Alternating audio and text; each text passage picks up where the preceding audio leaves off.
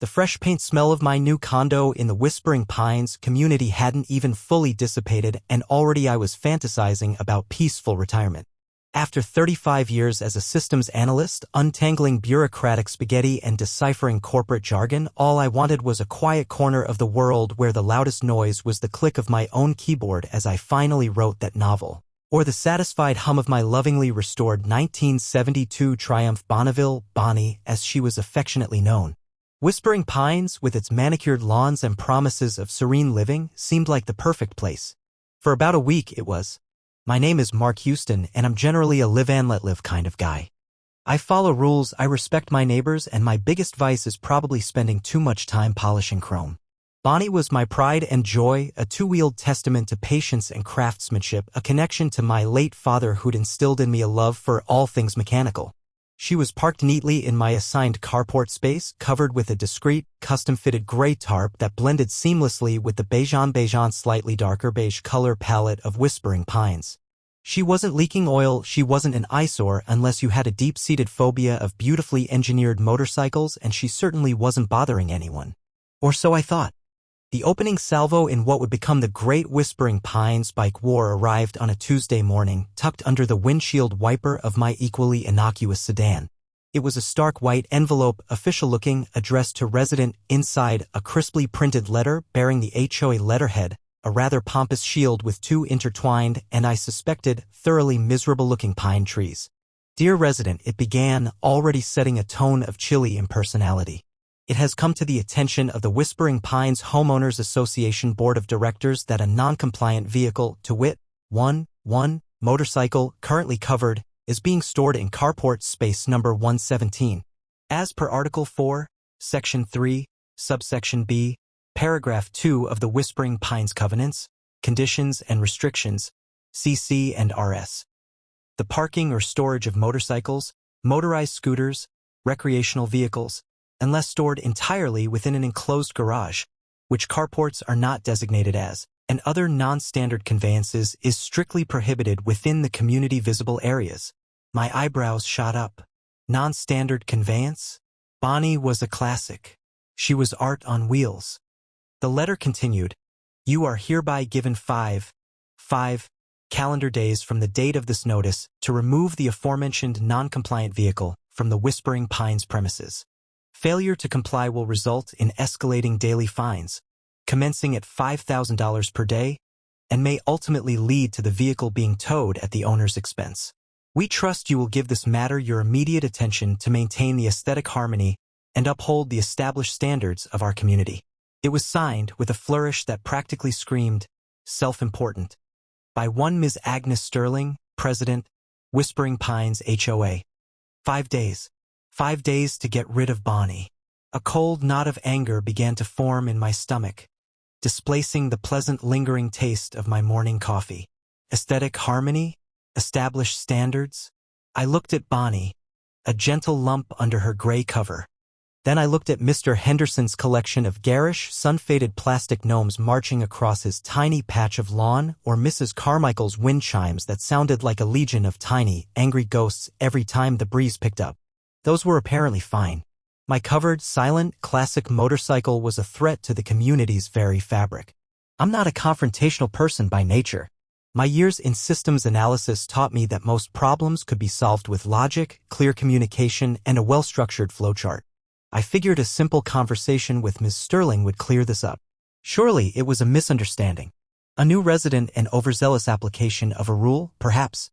She had no idea, I muttered to Bonnie's covered form. What she just started, the irony, of course, was that I had no idea either.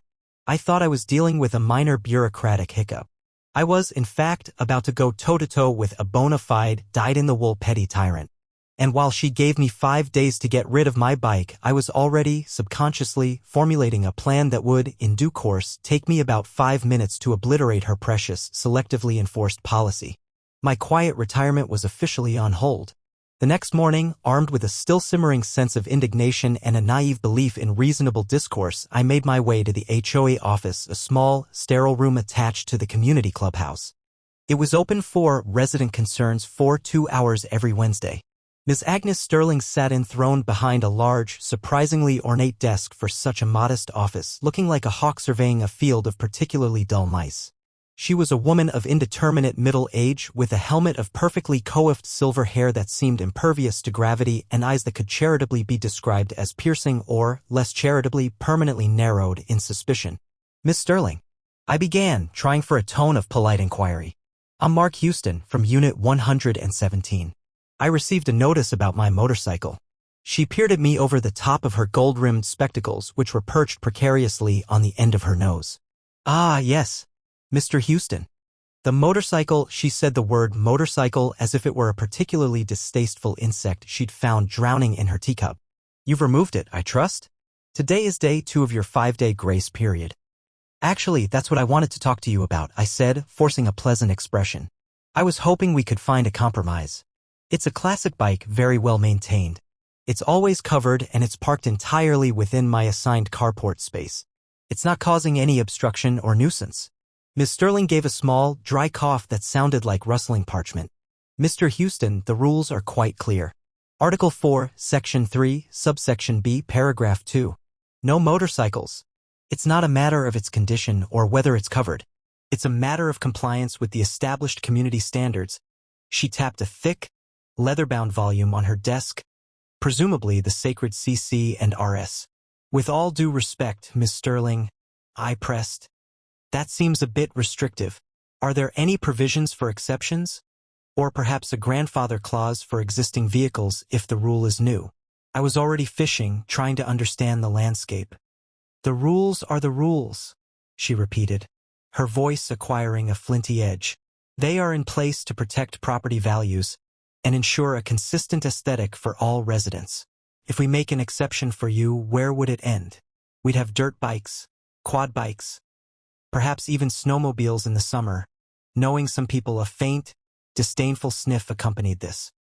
The snowmobile comment was so absurd it almost made me laugh, but I caught myself. This wasn't a person amenable to humor.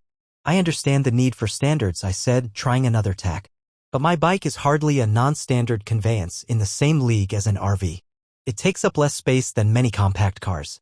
Perhaps if I provided proof of its classic status or ensured it was never uncovered except when I'm taking it out." She leaned back, a small, smug smile playing on her lips. "Mr. Houston, your attempts to negotiate are noted. However, the board's decision is final. The rule stands. You have until Saturday evening to remove the vehicle. After that, fines will be levied. And if the fines are not paid and the vehicle remains, it will be towed. Is that clear?"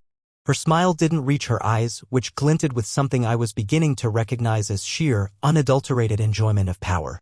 "Crystal clear," I said, my own politeness starting to fray. But perhaps not entirely reasonable or even consistently applied. I couldn't help that last bit from slipping out. Her eyes narrowed further. "Are you suggesting, Mr. Houston, that the board is not diligent in its duties?" "I'm merely observing, Miss Sterling," I replied, keeping my voice level. "And I'll be observing the situation very carefully over the next few days. A little foreshadowing never hurt," I figured. I left the office with a distinct feeling of having encountered a brick wall, a particularly stubborn, self-righteous brick wall. My initial plan for a quick, logical resolution was clearly dead on arrival. Agnes Sterling wasn't interested in logic or fairness. She was interested in control. And for some reason, my covered motorcycle had become the focal point of her control fixation. Back in my condo, the anger was no longer a knot, it was a slow burn. This wasn't just about Bonnie anymore. This was about principle. This was about a petty tyrant using vaguely worded rules to bully residents. My systems analyst brain, the one I thought I'd put into semi-retirement, started to whir. If Miss Sterling wanted to play by the book, then by God, we'd play by the entire book. And I'd make sure I knew that book better than she did. The first order of business was to get my own copy of the sacred texts, the CC and RS, bylaws, any and all amendments, and if possible, recent HOA meeting minutes. The HOA website was predictably archaic, a relic from the early 2000s, but after some determined clicking, I found a poorly scanned PDF of the CC and RS. It was dense, filled with legalese, and about as thrilling as reading a phone book from a defunct town. But somewhere in that morass of text, I suspected, lay the seeds of Miss Sterling's undoing. I spent the rest of day 2 and most of day 3 immersed in the thrilling world of homeowner association governance. Coffee consumption went up. My novel remained untouched. Bonnie sat silently under her cover, an unwitting martyr in waiting. I highlighted Article 4, Section 3, Subsection B, Paragraph 2. The parking or storage of motorcycles, motorized scooters, recreational vehicles, unless stored entirely within an enclosed garage, which carports are not designated as, and other non-standard conveyances is strictly prohibited within the community visible areas. Community visible areas, I mused. My carport was open on one side, true, but it was my assigned space. Was a covered vehicle truly visible in the spirit of disrupting aesthetics? It was a stretch. Non-standard conveyances, what defined standard? Was a bright pink smart car standard? What about Mr. Henderson's aforementioned gnome army? Surely they were non-standard and highly visible. The more I read, the more I realized the rules were a patchwork of specific prohibitions: no visible trash cans except on collection day, precise lawn height requirements, and gloriously vague statements that could be interpreted any way a sufficiently motivated board president desired. This was both a problem and an opportunity. My next step was reconnaissance. On the evening of day 3, armed with my phone's camera and a feigned interest in evening constitutionals, I took a long, slow walk around Whispering Pines. I wasn't just looking for motorcycles, I was looking for any potential violation of any rule, however minor, especially those that Ms. Sterling and her known associates. I was already starting to identify the board loyalists from casual observation might be committing. It was a goldmine of petty hypocrisy. Mrs. Albright, the HOA treasurer and Sterling's right-hand woman, had a satellite dish that, according to Article 6, Section 1, was mounted in a non-approved location. Click. Mr. Davies, the board secretary, had a small, slightly rusted utility trailer peeking out from behind his unit, surely a non-standard conveyance if ever there was one, and definitely not in an enclosed garage. Click. Even Ms. Sterling herself wasn't entirely innocent. Her prize-winning petunias, which she often boasted about in the HOA newsletter, were housed in elaborate, oversized terracotta planters that, if one were to be extremely pedantic about Article V's landscaping guidelines regarding uniformity and scale, could be considered non-compliant. Click, click, click. I photographed everything, meticulously noting dates, times, and locations. I wasn't planning to stoop to her level of anonymous complaints, not yet. This was data collection. Evidence. My old project management habits kicked in: document everything, build a case, identify leverage points. On day 4, Ms. Sterling escalated. Another notice appeared, this one more aggressive. Final warning, it screamed in bold, underlined capitals. Failure to remove the prohibited motorcycle by 6 p.m. Saturday date will result in immediate fining at the rate of $10,000 per day. Please note corrected increased fine amount as per board resolution dated. A date 3 months ago I hadn't seen in any public minutes, and initiation of towing procedures on Monday morning. The ante had been upped. A corrected increased fine amount? That smelled fishy. It implied the initial $50 was either a mistake or a deliberate low ball to get me to engage. I made a note to search for that specific board resolution. If it wasn't properly documented and communicated, it was invalid. The pressure was mounting, but so was my resolve. She was overplaying her hand, getting sloppy. Her confidence was morphing into arrogance. Classic petty tyrant behavior. They always assume the little people will just roll over. It was also on day 4 that I encountered my first potential ally. I was sitting on my small patio pretending to read a book but actually reviewing my photos when an older gentleman paused by my walkway. He had kind eyes, a neatly trimmed white beard, and a slightly stooped posture that suggested many years of thoughtful gardening or perhaps weary resignation to HOA politics. "That's a nasty business about your motorbike, son," he said, his voice soft but clear. "Agnes can be a real tartar when she gets her back up about something." This was Arthur Jenkins, a resident of Whispering Pines for over 20 years. I'd seen him around, always tending his immaculate rose bushes. "You know Ms. Sterling, then?" I asked cautiously. Arthur chuckled, a dry, rustling sound. "Know her? I've seen M come and go, presidents. Agnes, she's persistent. Gotta be in her bonnet about that bike, has she?" "Seems that way," I admitted. "Says it violates the rules. Gave me 5 days." Arthur nodded slowly. "That rule, it's a funny one. Vaguely worded. Some say it was pushed through a few years back by Agnes herself after old Mr. Peterson got that noisy Harley. Caused a bit of a stir, that did. Most folks didn't pay it much mind afterwards until now." He leaned a little closer. "She doesn't like things she can't control, Agnes. And she really doesn't like people questioning her." This was interesting. "So, this rule wasn't always here?" "Oh, bits and pieces. But the specific bit about motorcycles being banned from carports that felt targeted at the time. Old Peterson, he just gave up and sold his bike. Easier, he said. Shame, Arthur sighed. Not many folks stand up to Agnes. She's got a way of making life uncomfortable. I'm beginning to see that, I said. I'm Mark Houston, by the way. I extended my hand. Arthur Jenkins. Pleasure, he shook my hand. If you're looking into those rules, son, you might want to check the minutes from around, 3 years ago. Springtime. See how that particular amendment got railroaded through. Not everyone was happy, but Agnes has her supporters on the board. They tend to vote as a bloc. A potential whistleblower, or at least a wellspring of historical context. Thanks, Arthur. That's very helpful. Just want to see fair play, he said with a small smile. That bike of yours looks like a beauty even under wraps. My dad used to have an old BSA. Good memories, he winked, then ambled off towards his roses, leaving me with a new avenue of investigation and a flicker of hope that I wasn't entirely alone in this. The thought of railroading an amendment stuck with me. HOA boards have procedures they need to follow: proper notice to homeowners about proposed changes, opportunity for comment, correct voting procedures, quorum requirements. If Ms. Sterling had cut corners to get her anti-motorcycle rule passed, that could be the key. My evening was dedicated to a deep dive into the HOA's online archive of meeting minutes. They were, as Arthur hinted, illuminating and infuriating. I found the minutes from a board meeting 3 years prior. The proposed amendment regarding non-standard conveyances was listed. The discussion, as recorded, was suspiciously brief. Discussion held. Motion to approve by Mrs. Albright, seconded by Mr. Davies. Vote, 3 in favor, 2 abstentions due to absence. 3 in favor? Out of a 5-member board, with 2 absent? That barely scraped by, and it begged the question of whether proper notice was given to the entire community about this specific, rather impactful rule change. According to the HOA's own bylaws, Article X, Section 2, amendments to CC and RS, any change to the CC and RS affecting property use required written notice to all homeowners at least 30 days prior to the vote, and a 2/3 majority vote of all board members present and constituting a quorum, or a majority vote of homeowners if it was a major change. This motorcycle ban felt like a major change in use rights for carports. I cross-referenced this with the newsletters from that period.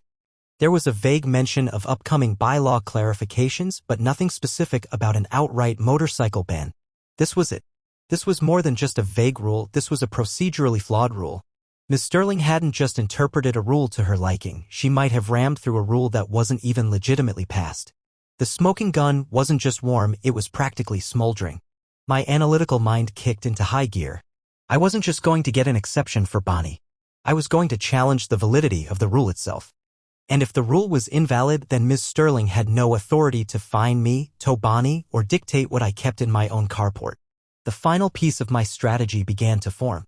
The HOA had a monthly meeting scheduled for the following Tuesday, 3 days after my supposed deadline. It was perfect. I wouldn't just defy her deadline, I'd use her own forum to dismantle her power base. I spent day 5, my supposed last day of motorcycle ownership in Whispering Pines, not packing Bonnie away, but meticulously preparing my case. I printed out the original notice and the final warning. Article 4, Section 3, Subsection B, Paragraph 2, the offending rule. Article X, Section 2 of the bylaws regarding amendment procedures. The meeting minutes from 3 years ago showing the questionable vote. Screenshots of newsletters from that period showing a lack of proper notification. My collection of photographs showcasing inconsistent rule enforcement. Mrs. Albright's satellite dish, Mr. Davies' trailer, Miss Sterling's non-compliant petunia planters. A copy of the local city ordinance regarding vehicle parking on private property, which had no such restrictions on motorcycles in carports. While HOA rules could be stricter, it added context. I compiled it all into a neat, tabbed binder. I even drafted a short, polite but firm letter to Ms. Sterling and the board, formally stating my position that the rule was improperly enacted and therefore unenforceable, that I would not be removing my motorcycle, and that I would not be paying any fines. I also formally requested to be added to the agenda for the upcoming HOA meeting to discuss concerns regarding the validity and application of Article 4, Section 3, Subsection B, Paragraph 2. I hand-delivered this letter to the HOA office drop box late on Friday afternoon, just before their office officially closed for the weekend. Let Ms. Sterling stew on that over her Saturday and Sunday. The 5-day deadline would pass and Bonnie would remain. The ball was now firmly and uncomfortably in her court. Saturday, the dreaded deadline, dawned bright and clear. I uncovered Bonnie, gave her a defiant polish, and then recovered her. I half expected Miss Sterling to materialize on my doorstep, breathing fire and brimstone, perhaps accompanied by a tow truck driver rubbing his hands in glee. Nothing. The day passed with an almost anticlimactic quiet. No further notices, no personal appearances. Just the oppressive weight of her unspoken, simmering fury which I could almost feel radiating from her unit across the complex. Sunday was the same. I took a certain grim satisfaction in the silence. She knew I wasn't backing down. She knew I was challenging her. And she knew I suspected that I might actually have a point. Her options were limited. Try to find me and tow Bonnie, knowing I'd fight it legally and publicly, or wait for the HOA meeting where I'd have a platform. By Monday morning, I felt a strange sense of calm. The initial anger had been replaced by a focused determination. I was no longer just a guy trying to save his bike. I was a resident preparing to reclaim a small piece of sanity and fairness for the community. My previous career had involved countless presentations, dissecting complex problems and presenting solutions to skeptical executives. This HOA meeting would be no different, just with a more personally invested audience and a significantly more unhinged antagonist. The day of the HOA meeting arrived. I'd heard through the grapevine, thank you, Arthur, who'd become a discreet conduit of neighborhood chatter, that my polite but firm letter had indeed caused a stir. Miss Sterling had apparently been apoplectic, according to one source, and had held an emergency and likely equally improperly convened private huddle with her loyalists, Mrs. Albright and Mr. Davies. The stage was set for a showdown. The community clubhouse meeting room was utilitarian. Beige folding chairs, a slightly stained linoleum floor, fluorescent lighting that cast a pale, unflattering glow on everything. Despite the mundane setting, the air was thick with anticipation. More residents than usual had turned out, a testament perhaps to the ripples my quiet rebellion had caused. I saw Arthur give me a subtle nod from the back row. A few other faces looked curious, some sympathetic, some carefully neutral. Miss Sterling sat at the head table, flanked by Mrs. Albright, clutching a ledger like a shield, and Mr. Davies, fidgeting with a pen.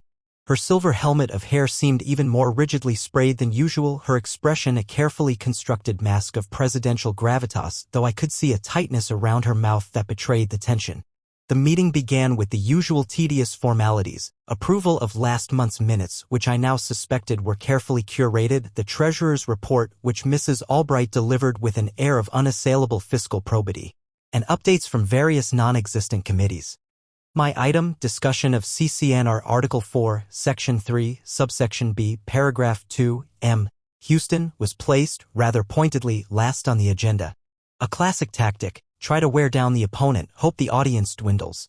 I waited patiently, my binder resting on my lap. My internal monologue was a mix of pre-presentation jitters and a sort of dark amusement. Here we go, Agnes. You wanted a fight over a motorcycle. You're about to get a seminar on due process.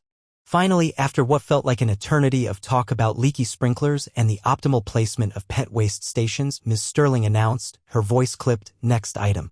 Mr. Houston, regarding Article 4, she gestured dismissively towards me. You have requested to speak. The board has allocated you 5 minutes. 5 minutes? How fitting. She clearly intended to give me just enough rope to make a fool of myself before cutting me off. Little did she know 5 minutes was precisely what I needed to detonate her carefully constructed policy. I walked to the small lectern at the front, placed my binder on it, and looked out at the assembled residents. I took a slow breath. Showtime. Thank you, Madam President, members of the board, and fellow residents of Whispering Pines, I began, my voice calm and clear. I wasn't going to be aggressive, not yet. I was going to be reasonable, logical, and utterly relentless. I'm here tonight not just to talk about a motorcycle, I continued, making eye contact with a few people in the audience. I'm here to talk about fairness, about clarity in our community rules, and about the proper procedures that should govern us all. We all chose to live in Whispering Pines because we value a well-maintained, peaceful community. And good rules, fairly and consistently applied, are essential to that. I saw a few heads nod. Ms. Sterling shifted in her chair, her expression unreadable. A little over a week ago, I went on, I received a notice regarding my motorcycle citing Article 4, Section 3, Subsection B, Paragraph 2 of our CC and RS, which prohibits motorcycles in carports. I was given 5 days to remove it or face fines and towing. I paused for effect. Now, I love my motorcycle. It's a classic, a piece of history I've lovingly restored. But this isn't just about my personal attachment. I opened my binder. This is about the rule itself. And I have some serious concerns. My first concern is with the validity of this particular rule. I could feel Ms. Sterling stiffen. Mrs. Albright stopped pretending to examine her ledger and stared at me. According to Article X, Section 2 of our own bylaws, I stated, holding up a printed copy of the relevant page, highlighted. Any amendment to the CC and RS that affects property use requires written notice to all homeowners at least 30 days prior to the vote and a 2/3 majority vote of all board members present and constituting a quorum. For a significant change, it might even require a homeowner vote. I have here, I continued, producing the next document, the minutes from the board meeting on April 15th, 3 years ago, where the specific amendment regarding motorcycles was supposedly passed. I projected it onto the small screen we sometimes used for community presentations thanks to a small projector I'd brought, just in case. As you can see, the vote was 3 in favor with 2 members absent. 3 out of 5 is not a 2/3 majority. It's a simple majority, and barely that on a day when nearly half the board wasn't even present. A murmur went through the room. Arthur was beaming. Furthermore, I pressed on. I've reviewed the HOA newsletters and communications from that period. I displayed screenshots. There's a vague mention of bylaw clarifications, but no specific notification to homeowners that a complete ban on motorcycles in carports was being proposed or voted upon.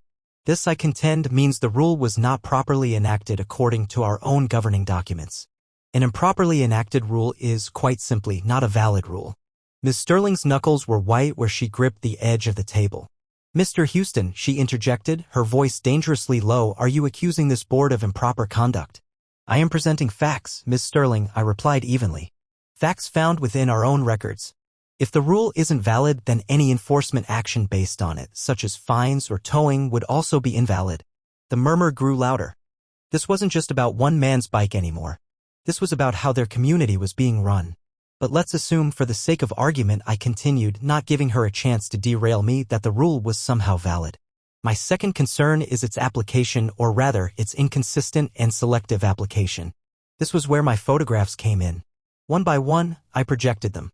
Article 6, Section 1, regarding satellite dishes. Here's one on Mrs. Albright's unit, clearly in a non-approved spot according to the diagram in the CC and RS. Mrs. Albright gasped, her face flushing crimson. The rule about non-standard conveyances. Here's Mr. Davies' utility trailer, visible from the street. Is this a standard conveyance for a residential carport area?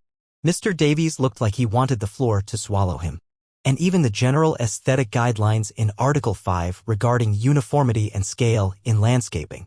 Miss Sterling, your lovely petunia planters are indeed beautiful, but one could argue they are significantly larger and more ornate than what's typical or uniform in the community, potentially making them non-compliant if we apply the rules with the same zeal. Miss Sterling looked like she was about to explode. This is outrageous. You are taking things out of context. Those are different situations. Are they, Miss Sterling? I asked calmly. Or is it that some rules are applied rigorously to some residents while others are conveniently overlooked for others? The essence of fairness is consistent application of the law for everyone. The audience was rapt. I could see expressions of dawning realization on many faces. People were looking at Ms. Sterling, then at Mrs. Albright and Mr. Davies with new, critical eyes. And finally, I said, moving towards my coup de grace, let's talk about the wording of Article 4, Section 3, Subsection B, Paragraph 2 itself. I projected the text of the rule. Motorcycles, motorized scooters, recreational vehicles, and other non-standard conveyances. What, precisely, constitutes a non-standard conveyance that must be hidden from community visible areas? I paused, letting the question hang in the air. My motorcycle is covered. Is a covered object truly an aesthetic blight? If so, what about Mr. Henderson's very visible, very bright blue car covered 2 units down? Is that non-standard? Mr. Henderson, a portly man who usually sat silently in the back, looked startled. What about children's bicycles left in a carport? Are those non-standard conveyances? Technically, yes. Should young Timmy Henderson have to hide his BMX bike in his bedroom? I saw a mother in the front row suppress a smile. What about a barbecue grill under a cover? A lawnmower? A set of golf clubs in a travel bag? Are these non-standard? Are they recreational equipment that needs to be stored out of sight? I gestured around the room. I'd wager many of us have items in our carports or on our patios that could, under a sufficiently broad and aggressive interpretation of this vague rule, be deemed non-compliant. This rule, I declared, my voice firm, is not just potentially invalid due to procedural errors in its adoption and not just selectively enforced. It is also poorly written, overly broad, and ripe for abuse. It allows for subjective interpretation that can lead to precisely this kind of conflict, turning neighbor against neighbor and fostering resentment instead of community. I looked directly at Ms. Sterling. Her face was a mask of fury, but her eyes held a flicker of something else, dawning panic. She had expected me to beg or bluster about my bike. She hadn't expected a systematic, evidence-backed demolition of her authority. Therefore, I concluded, I proposed two things. First, that the board immediately suspend any and all enforcement actions related to Article 4, Section 3, Subsection B, Paragraph 2, pending a full review of its validity and wording. This includes rescinding any notices or fines issued under this rule, including my own. Second, I move that this HOA form a resident committee to review this rule and potentially other vaguely worded or inconsistently enforced rules in our CC and RS with the aim of proposing clear, fair, and properly enacted amendments that genuinely serve the interests of the entire community, not just the preferences of a few. Before Ms. Sterling could find her voice, Arthur Jenkins stood up from the back. I second that motion, he called out, his voice surprisingly strong. Then Sarah, a younger woman from the next building whom I'd briefly chatted with and who'd seemed sympathetic, stood up. I also second it. This rule is ridiculous. My husband was worried about his kayak next. Suddenly, the room was buzzing. Other voices chimed in. Yeah, what about garden tools? My kid's wagon. She told my sister her welcome mat was too whimsical. Ms. Sterling banged her gavel, a surprisingly small, ineffective-looking thing. Order. Order. This is an ambush. Mr. Houston, your 5 minutes are long past. Actually, Madam President, I said, glancing at my watch with a polite smile, I believe I came in just under 4 minutes and 52 seconds, to be precise. And the motion has been made and seconded. She was sputtering. This motion is out of order. The agenda. According to Robert's Rules of Order, which our bylaws state we follow, I interjected smoothly, a motion from the floor concerning the business at hand, especially if it pertains to correcting a perceived injustice or procedural error being discussed, can be considered if seconded. And it has been. Twice my systems analyst days had involved navigating some truly arcane procedural meetings. Robert's rules were an old, familiar battleground. Miss Sterling looked desperately at Mrs. Albright and Mr. Davies. Mrs. Albright was staring at her own suddenly fascinating shoes. Mr. Davies seemed to be trying to shrink into his chair. Her loyalists were crumbling. We need to vote on the motion, I stated calmly but firmly. All those in favor of forming a committee to review Article 4, Section 3, Subsection B, Paragraph 2, and suspending its enforcement pending that review. A sea of hands went up. Easily more than half the room. I saw a few hesitant hands join them as people saw the tide turning. All opposed? I asked. Miss Sterling's hand shot up, trembling with rage. Mrs. Albright reluctantly raised hers halfway. Mr. Davies abstained, looking miserable. 2 votes against. The motion carries, I announced into the stunned silence that followed. Overwhelmingly. Ms. Agnes Sterling, president of the Whispering Pines HOA, looked utterly defeated. The color had drained from her face, leaving her looking old and surprisingly frail. Her helmet of hair seemed to deflate it slightly. Her carefully constructed world of absolute, petty authority had just been publicly and comprehensively dismantled. And it all started because she gave me 5 days to get rid of a motorcycle. It took me roughly 5 minutes of focused presentation to dynamite the foundations of her policy. The rest of the meeting was a blur of barely suppressed chaos and Sterling's flustered attempts to regain control. She tried to adjourn, but residents, now emboldened, started asking pointed questions about other rules, about HOA finances, about transparency. The carefully managed facade of Whispering Pines governance had cracked wide open. The immediate aftermath was, for me, immensely satisfying. Miss Sterling didn't just look defeated, she looked broken. She mumbled something about the motion being taken under advisement, a last, feeble attempt to cling to power, but the collective will of the room was undeniable. The residents had spoken. In the days that followed, the repercussions for Ms. Sterling and her style of leadership were swift and decisive.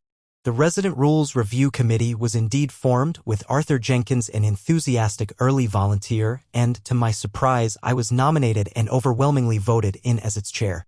Our first act was to formally recommend the immediate suspension of the infamous motorcycle rule, and the board, now under immense pressure from the community and with Sterling's authority in tatters, reluctantly complied. My final warning and the threat of fines evaporated like morning mist. Bonnie was safe. But the story didn't end there. The committee, armed with my initial research and a newfound zeal from other residents who'd suffered under Sterling's reign, began a systematic review of the CC and RS. We found other ambiguously worded rules, other instances of selective enforcement, and even some questionable expenditures in the HOA's financials that Mrs. Albright had a very hard time explaining under scrutiny. Ms. Sterling's downfall was as complete as it was gratifying. The investigation into the financials, spurred by the committee's findings, revealed a pattern of minor but consistent misallocations, nothing overtly criminal, perhaps, but enough to demonstrate a cavalier attitude towards community funds, often benefiting projects or vendors favored by Sterling and her cronies without proper bids. It was the death of 1,000 cuts for her reputation. At the next HOA election a few months later, Agnes Sterling did not even bother to run for re-election. She knew she stood no chance. Mrs. Albright and Mr. Davies were also quietly replaced by new board members, individuals who actually seemed interested in fair governance and transparency. A new era dawned on Whispering Pines. The infamous Article 4, Section 3, Subsection B, Paragraph 2 was entirely rewritten by the committee. The new rule was simple. Vehicles had to be in good repair, parked in assigned spots, and not pose a safety hazard or leak fluids. Motorcycles, classic or otherwise, were explicitly permitted, provided they met these basic criteria. Common sense, it turned out, was not that hard to codify when you removed petty tyranny from the equation. The community itself began to heal. Neighbors who had been intimidated into silence started talking to each other again. There was a newfound sense of empowerment. The HOA meetings became more collaborative, less dictatorial. People actually brought good ideas instead of just grievances. Whispering Pines started to feel less like a suburban fiefdom and more like a community. As for Ms. Sterling, she became a much quieter figure in the neighborhood. The imperious air was gone, replaced by a sort of weary resignation. She still tended her petunias, though I noticed the oversized planters were discreetly replaced with something more modest. There was no grand arrest, no public shaming beyond the humiliation of that pivotal meeting and her subsequent loss of power. For a petty tyrant, sometimes the loss of control and relevance is the most profound punishment. I heard whispers that she was considering selling her unit. The irony wasn't lost on me. My own life returned to the peaceful retirement I'd envisioned, albeit with a slight twist. I was now Mark, the guy who took on the HOA, or as Arthur jokingly called me, the policy liberator. I didn't mind. I'd inadvertently become a catalyst for positive change. I even got back to working on my novel, its plot now subtly infused with themes of justice and the downfall of small-minded authoritarians. Bonnie, my beautiful triumph, enjoyed her newfound, officially sanctioned freedom. I took her out often, the rumble of her engine a sweet song of victory echoing through the now genuinely peaceful streets of Whispering Pines. Sometimes I'd ride past Miss Sterling's unit. I never gloated, never even made eye contact if she happened to be out. The quiet enjoyment of my legally parked, aesthetically pleasing, and entirely compliant classic motorcycle was statement enough. The symbolic victory wasn't just the bike, though. It was the small, almost imperceptible shift in the neighborhood's atmosphere. It was the sight of Timmy Henderson's BMX bike leaning casually in his carport without fear of reprisal. It was the new, genuinely welcoming "Welcome to Whispering Pines" sign that replaced the old, forbidding one. It was the sound of neighbors laughing together at a community barbecue, an event organized by the new, resident-focused HOA board. The lesson, I suppose, is that bullies, whether they operate in schoolyards or HOA boardrooms, thrive on intimidation and the assumption that no one will challenge them. But sometimes all it takes is one person armed with facts, a bit of stubbornness, and a refusal to be cowed to expose the hollowness of their power. Meticulous documentation, a clear strategy, and a well-aimed 5-minute presentation can indeed be mightier than the most entrenched petty tyrant's edicts. And so, my little corner of the world became truly peaceful. The loudest noise was, once again, the satisfying click of my keyboard or the purr of Bonnie's engine. Justice, in its own small, suburban way, had been served. And every time I looked at my motorcycle, gleaming under its now entirely optional cover, I couldn't help but smile.